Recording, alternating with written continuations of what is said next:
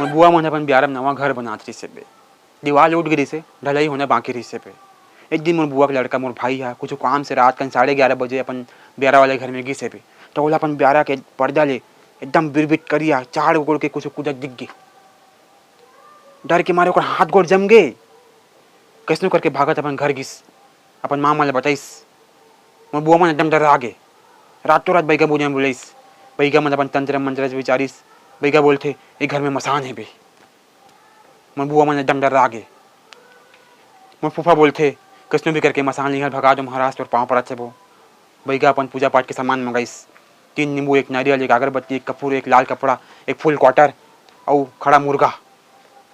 मोर भाई लगिस दारूल बैगा खुद पी मुर्गल मसान ले बलि चढ़ाई। बैगा बोलते दोनों मोरे बरे। मसान ले भगा के बाद डर के मारे मैं घर नहीं जा सकूँ, दारू पीऊँ तबे घर जाऊँ और बिना मुर्गा पी दारू नहीं पीऊँ। बैगा अपन पूजा पाठ करिस, तंत्र मंत्र घर वाले बांधिस। बैगा बोलते अब वो मसान यहाँ कबू नहीं आए, जाओ तुम घर जाकर आराम से सो जाओ। मोर बुआ मन घर जाकर आराम से सो गए। अगले दिन सुबह का नौकर बियारा का आगू में चना फैक्ट्री सेठ कुछ खोजत रहा है।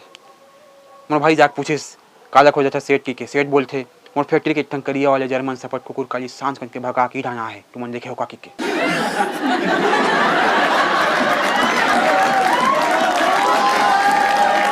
मोर भाई के पैरों तले जमीन खिसक गए।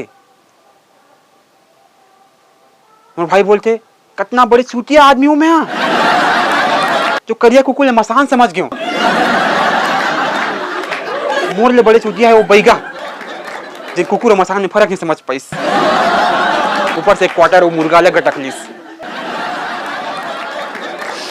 वो दिन के बाद से मोर बैगा बुने के ऊपर से विश्वास हट गए।